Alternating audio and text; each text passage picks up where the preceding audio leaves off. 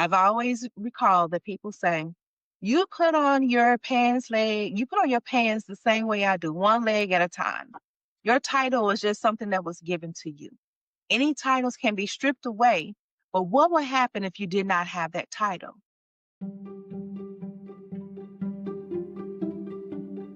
Hello, everyone. Welcome back to the Growth Blueprint. I am your host, Tabitha and here with my wonderful co-host, Master Christopher Rappold. How are you today, Chris?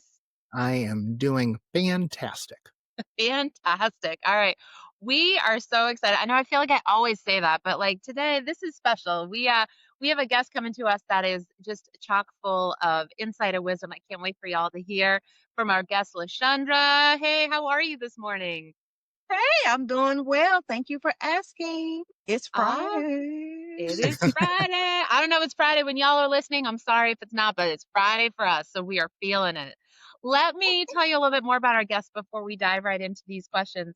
Leshundra Robinson is a powerhouse nonprofit executive, transformational fundraiser, and strategic leader with over 2 decades of experience mobilizing resources and building movements that matter. She's led multi-million dollar fundraising strategies to elevate youth leadership, civic engagement, and generational change. Leshundra holds a Bachelor of Science in Organizational Management from Crichton College. Did I say that right, Leshundra? Crichton. Crichton College, and a Master of Public Administration focusing on nonprofit management from DeVry University. She's the board chair of the Association of Fundraising Professionals Memphis chapter and serves on the Community Association of Community Advisory Board for the University of Tennessee's Candle Study.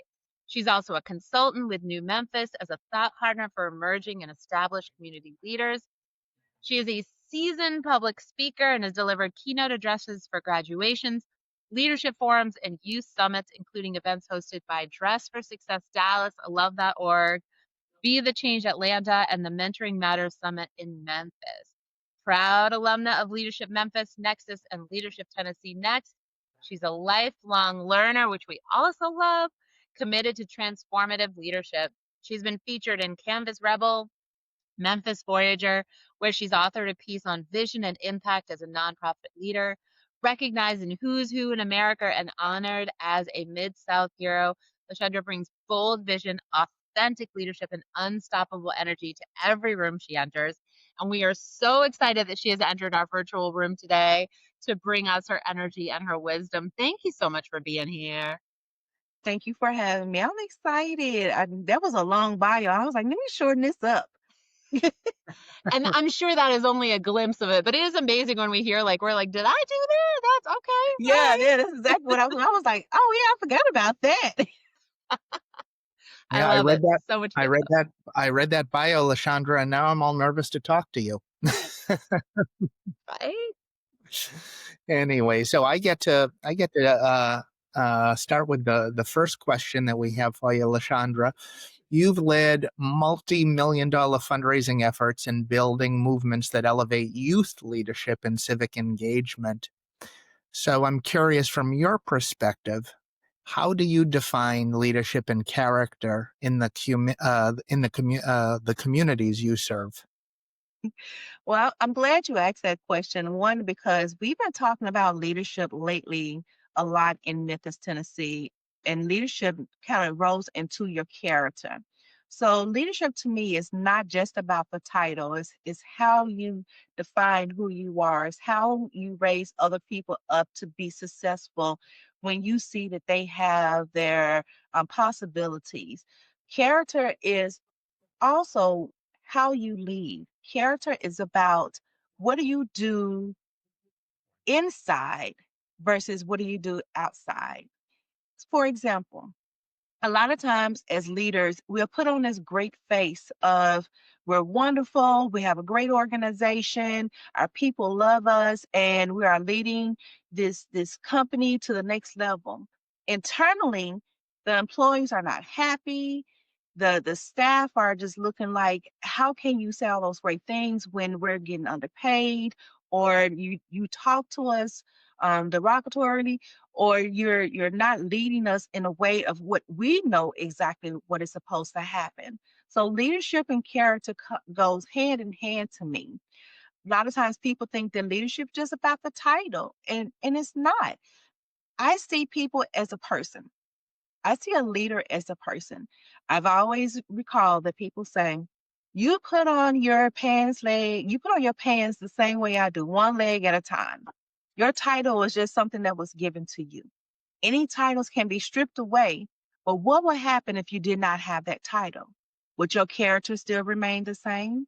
Will you still want to help other people succeed? Do you still see the prospects in those individuals? Do you still want to have those particular priorities? Are you still looking to maybe even putting yourself last so other people can be first? What does leadership say about you? Are you bringing others to the table? Are you willing to help rise and lift others up? So when we're talking about our community and especially our youth, they want to see all about, what do you do when you don't have on the suit? What do you do when you don't have on the 4-inch heels? What do you do when it's just you, me in a room and you're talking to me? Is that going to be the leader that you can be, that I can trust you and that I can tell you exactly what's going on? And I know for a fact that you have my best interest in heart? Or you're going to be that person that's going to put on a fluff and say, oh, well, we're going to do all these things for you. And then behind closed doors and change your mind. Mm-hmm. Leshundra, Tabitha always talks about bumper sticker slogans we get, and you just dropped a whole bunch of them on us. Um, I'm curious, as a leader that's continuing to try to grow and be the best that I can be. There's a sense in me that if I'm on stage talking about leadership or character and I'm not living it, there's a duplicity that I cannot live with. I cannot talk something and do something else. I feel like I'm a hypocrite. In I run martial arts schools, and I tell my instructors, Mhm. if you want to ask the students to drop down and do 1,000 push-ups, go ahead. But don't you dare if you can't do 1,000 push-ups yourself, right? So I'm curious, as somebody that's on the front line of this and working with leaders, why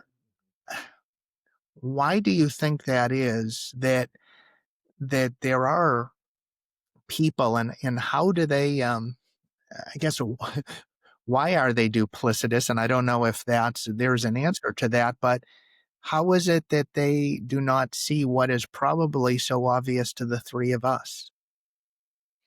I think it's because it's an ego thing. Okay. I've been around enough political leaders to know that it's like what your parents say, do as I say, not as I do. Mm-hmm. Mm-hmm. And I call people out on that all the time because how do you expect to lead? How do you expect for the youth to be able to trust you if they don't see you doing it at all? Yes. Because I've been in the youth industry um, as a nonprofit leader for so many years, I've heard the stories from the youth to say, well, you want us to, great example, do those 1,000 push-ups, and you can't even do one. So how can you tell me to do something and you're not willing to do it? And then it goes back to what your mama used to say, well, I'm the adult. You do as I say. But that doesn't work anymore. Our youth No. are different. They're a different breed now. And they want to see you do the same work that you're asking of them. I have a Mm-hmm. grandchild, and one of the things that he likes to do is be on his phone. You know, this is the age that they always want to be on their phone and YouTube and so forth. And one day I was telling their parents, I said, hey guys, I'm gonna need you to get off your phone because he's watching y'all. And and it's funny, and the parents said, I'm an adult. I can do what I want to do. I said, but he's watching you and he feels like that's okay. We're telling him one thing, but he doesn't see it in action with us. We have to explain to them why there is a difference. And I think youth will respect that. If you explain the difference of, you know what, I've been down this road before, and so I know exactly what it is that I don't want you to do because I know how it affected me. They can respect that more if you are Yeah. able to tell them, I've been there. You're Yes. you're you're having that type of same conversation where they can relate to you. But you Hmm. can't tell them to do something if you can't even be relatable. Because they're gonna look at you like, say what? You want me to do what? And you're not doing it? Well, have you Yeah. ever done it before? Oh, Hmm. then you don't know what you're talking about. And then that's when it becomes rebellious and they just won't do it at all. Yeah. Maybe the silver lining on this is maybe that because the youths of today see through that, and maybe it will cause the adults to have to step up their game a bit, because maybe in the 80s or the 70s or the 60s, an adult could say, well, because I said so, and the person would just dogmatically follow. If that's not the case anymore, well, if you're going to be in a leadership position, you better do your 1,000 push-ups, right? So that could be good. We also say actions are caught before they're taught. And I think Hmm. your example of the phone is that's just so profound. It really, really is. We don't realize that, for example, bullying, right? Why do these children bully? Well, you know, you look at some of the examples, that adults are giving, and obviously Hmm. they learned it somewhere. And but yeah, It's it's really powerful. it's ironic that you mentioned bullying because that was one of the platforms that I had in my previous work experience was bullying. And I Okay. had that platform because my brother committed suicide over being bullied. Thank you. Okay. And I didn't realize that he was being bullied because we were both young. We were both, he was a teenager and I was almost an adult. And so, in the midst of him having issues at school, I had my own issues as well. Yes. And when he left this earth, he left me a note saying that he had been bullied since middle school. And I went back to, think about what actually happened during that time frame. And I remember, the young boy outside pulling his coat and it was cold outside and he took his coat and he came into the house and nothing was actually done. And then I just remember the names that they used to call him that at that time it was called checking. But to him, it meant a lot more than just checking because as he got into college, his girlfriend did the exact same thing. So, in the midst of him receiving that same abuse, that verbal abuse in middle and high school, and now you're in college, it happened again. Those things resonated within him and it triggered him, which made him take some things into action. Well, it's the same thing now. When after that happened, I had a platform with the organization of bullying for about 7 years and going into schools. And the students were telling me exactly the exact same example you said. They saw that whether it was their sibling being bullied with a parent or another person, so they would come to school and do the exact same thing. They are reciprocating or replicating exactly what they see versus what someone is telling them not to do and showing them how to prevent it. And if Yes. we don't do those things, then it's going to be a cycle. And we're going to Yes. always have this particular cycle because we as adults, and I can't just put it on parents or anyone else, I'm just going to say adults, we as adults, we have to let these students know what is right and what is wrong and why it should not be done because Yeah. they want to know why. I see you doing it. I see you uh, bullying my mom. I see you bullying my sibling, I see a friend robbing or anything like that, I think it's cool. They're pressuring me into a gang and I'm not getting the right love at home. So I'm going to the love that I know. Yes. You're having all these things and we're not giving them the answers of why it should not be. And so they're just going with what they know based off either social media, based off of what a friend has told them, because the friend is not being loved, the friend is being bullied, the friend is having issues. And they're just portraying as though everything is great. You need to follow me, which goes back into the leadership and the character. Yes. Yeah. If I First of all, thank you for sharing that, and I'm so very, very sorry. It warms my heart to see you paying it forward to others so that other families don't have to experience what you experience. On a lower level, and this was a teacher that brought this to my attention. She was a transplant from New York, and we live in Massachusetts. And Massachusetts, we have the Red Sox. In New Mhm. York, you have the Yankees. Mhm. And she told me, and it really got to be quite harmful, the rest of the teachers, because she grew up in New York. She's a Yankees fan, and there was just a level of bullying that she was really experiencing. So I'm very careful when I hear the youth, we have the Boston Celtics and we have the Patriots, and well, you don't like the Jets or you don't like that team, do you? And I say, listen, that team is made up of people that dedicated their life to their craft. Do I have my home team? Of course I do, but it does not mean I disrespect their opponent. Their opponent, they're the best in the world in what they do. And I've really, again, just tried to take a very innocent example that I was probably contributing to, and just try to bring that to light. So, So Yeah. thank you for sharing as well.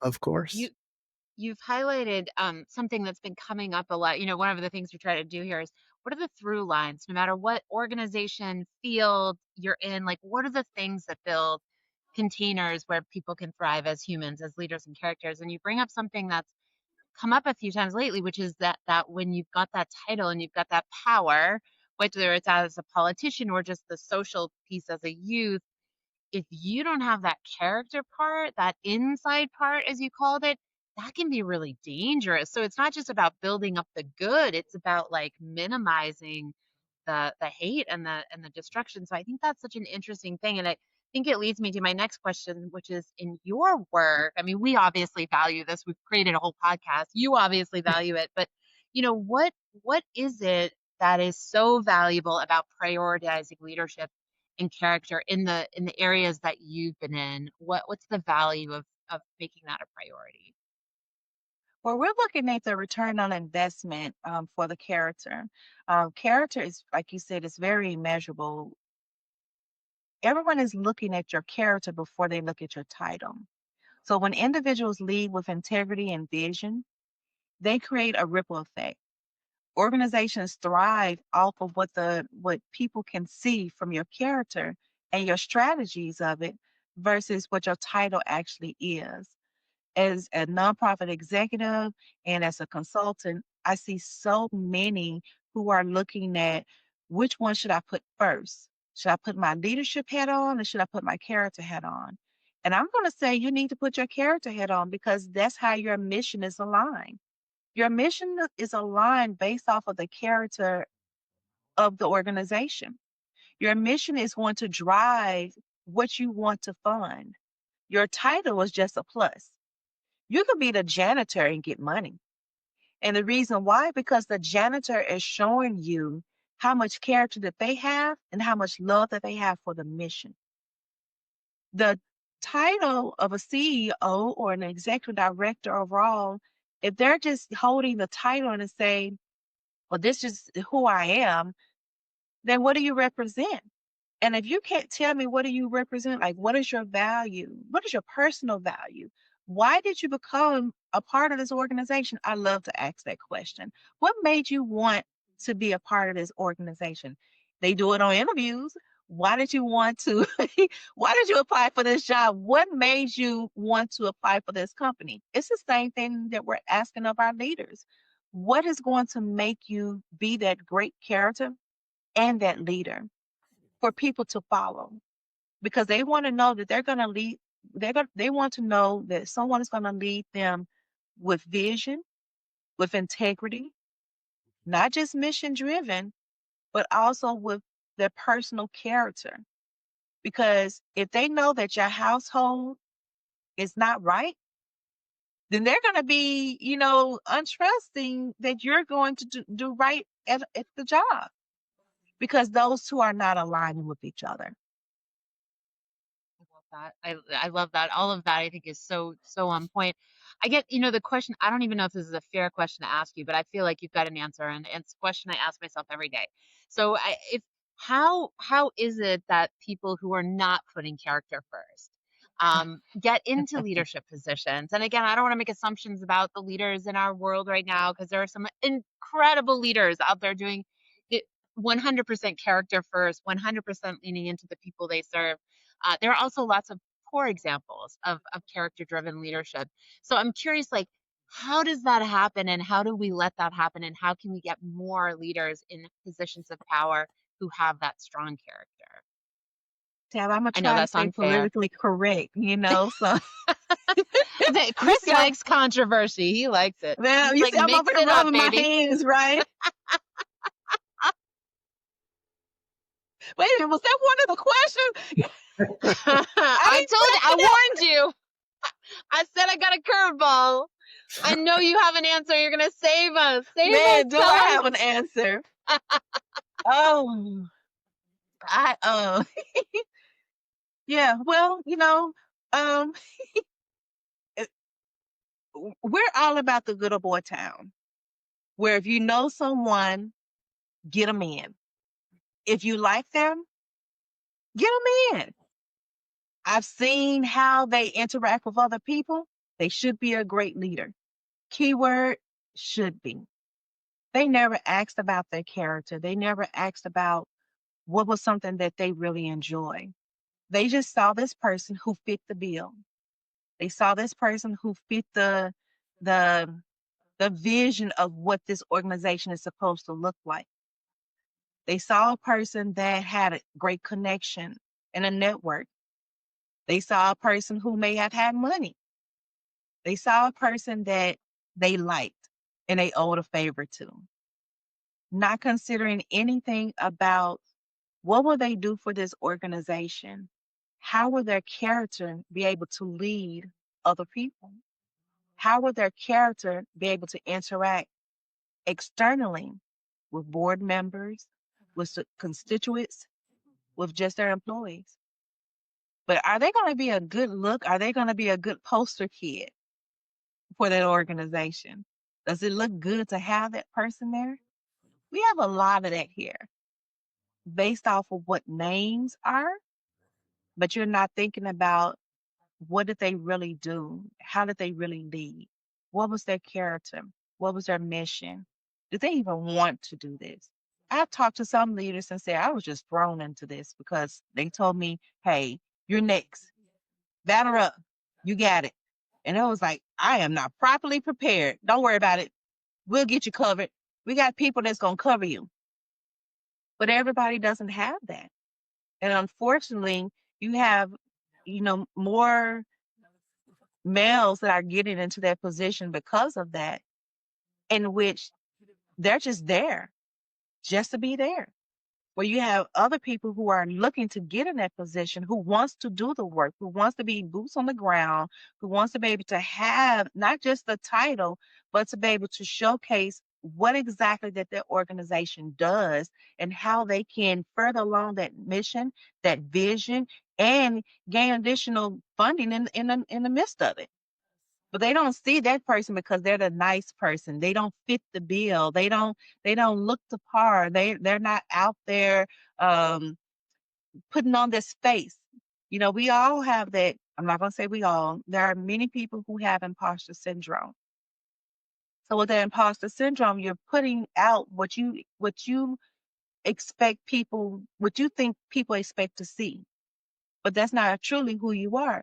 And while you're putting on the imposter syndrome, then that's how you get placed in a position where you really don't want to be. Now they're looking like, what do I do? And that's how some things fail or better or worse off. They end up leaving in so many other ways, not just leaving the job, but maybe leaving the earth. I mean, I feel like you brought us back to your question of why. Why do you want to be a leader, right? And as people who put people into those positions, we need to be accountable for that and ask that question. Is it just the title? Is it just the pressure, or is it, like you said in the beginning, understanding that responsibility of raising other people up, right? Like, what is that internal why? That's on us to make sure our leaders are accountable to that. I love that. Yeah. Thank you. If they can ask you that in a job interview, I want to ask you that as a leader.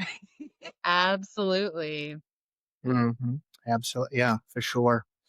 Leshundra, you've created, we call them containers for growth, from youth summits to leadership forums.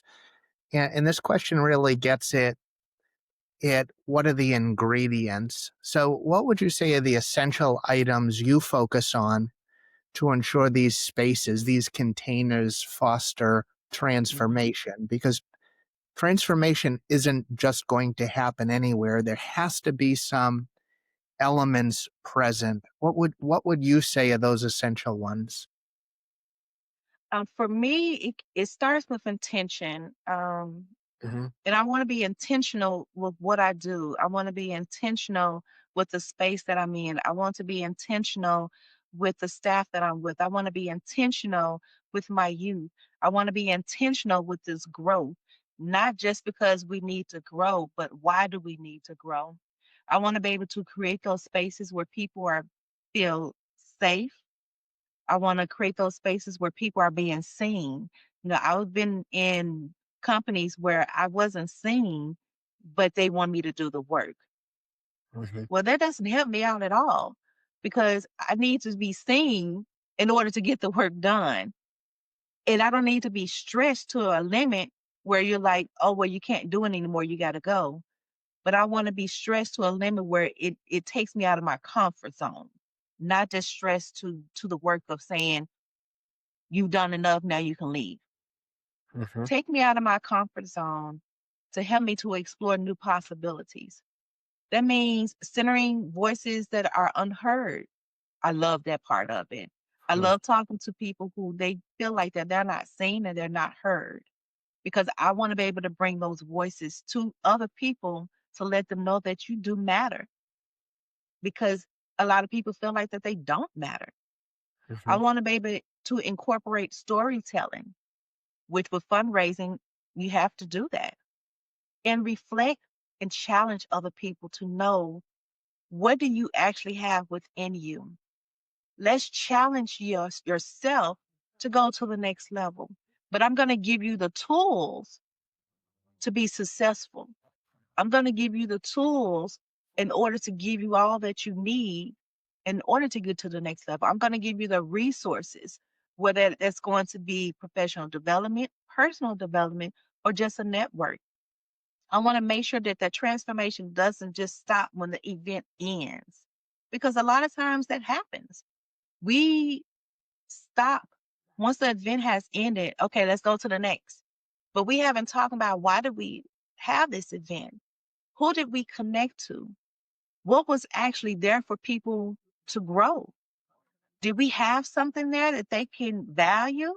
Or was it just an event that we had just to say that we did a check mark?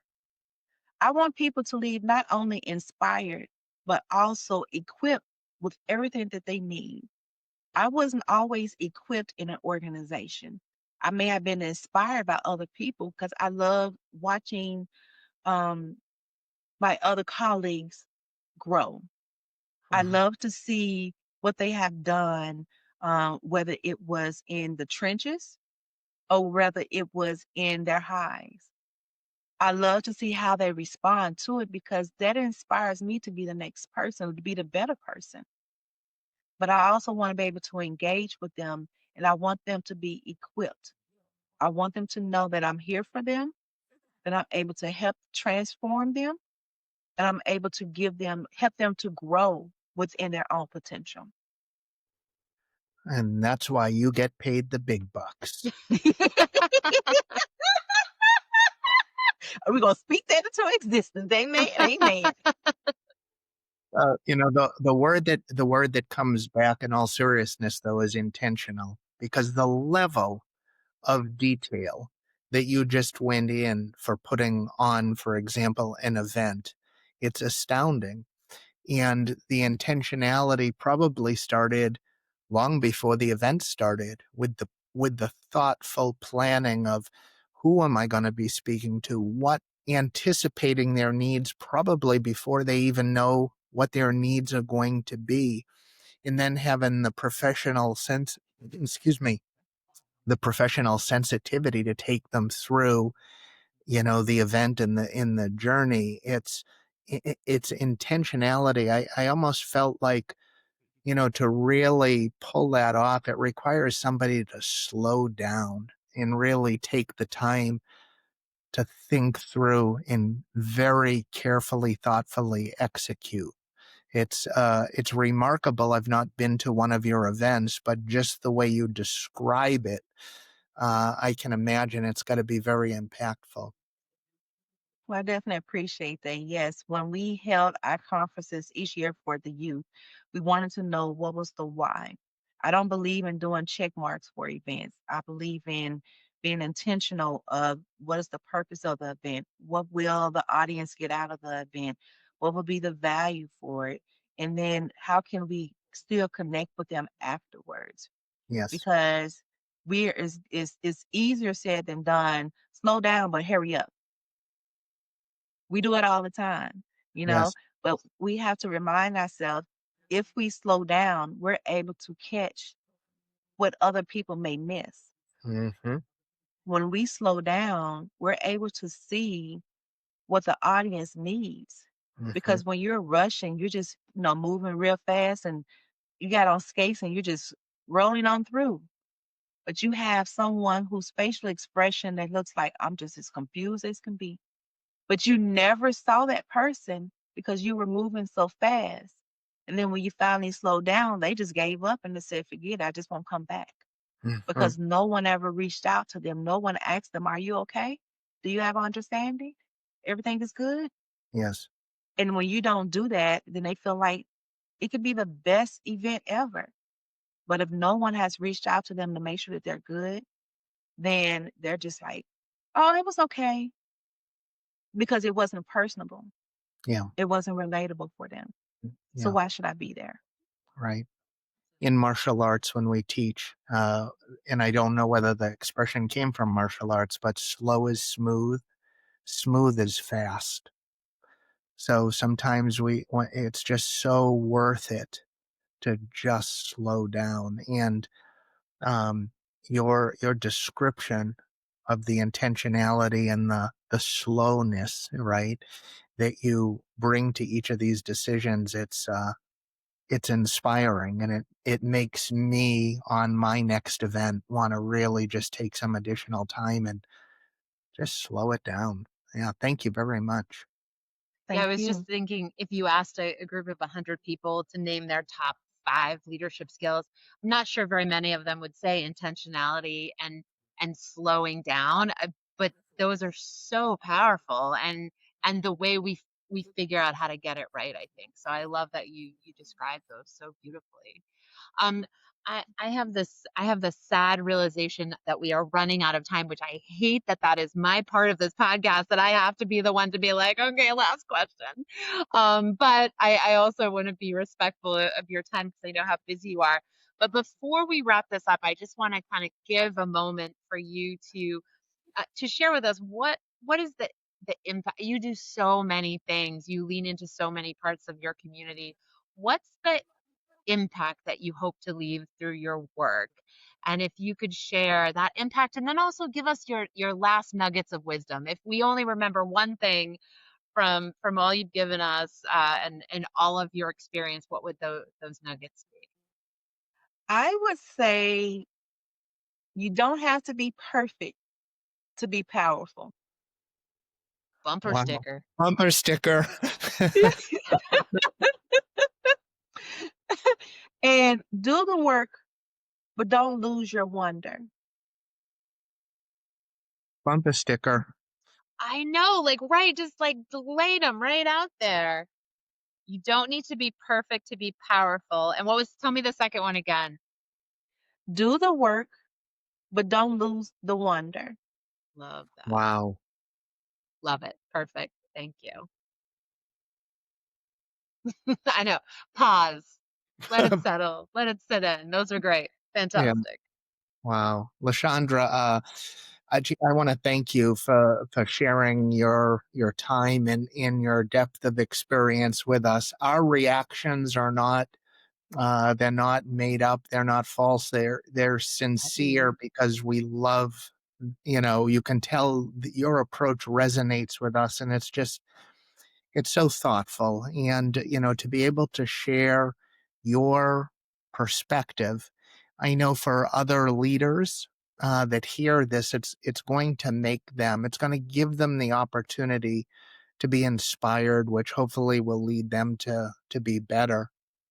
I know our goal with the Growth Blueprint podcast is Tabitha and we want to make sure that we do our best so that we can move the subject of character and leadership away from, oh, that would be nice to have, but for people and organizations, team coaches, departments, etc., that they realize for whatever the entity is, whatever the container is, for it to realize its full potential, this is a need to have. We need to have character. We need to have leadership. And I think you've, in your approach today, you've just detailed it so nicely. So thank you. So for our listeners, on behalf of myself, my partner, Tabitha Talib, thank you for listening. We invite people who have joined in to please subscribe so you don't miss an episode. And please share the Growth Blueprint podcast with others. This will help us to continue to attract high-level thinkers like Leshundra to the topic of leadership in building culture. I promise you we'll continue to do our very best to make sure each and every episode is packed with inspiration, strategies, and actionable steps so that you can take the inspiration that you have to improve your container. Thank you so much for listening, and we look forward to our next conversation.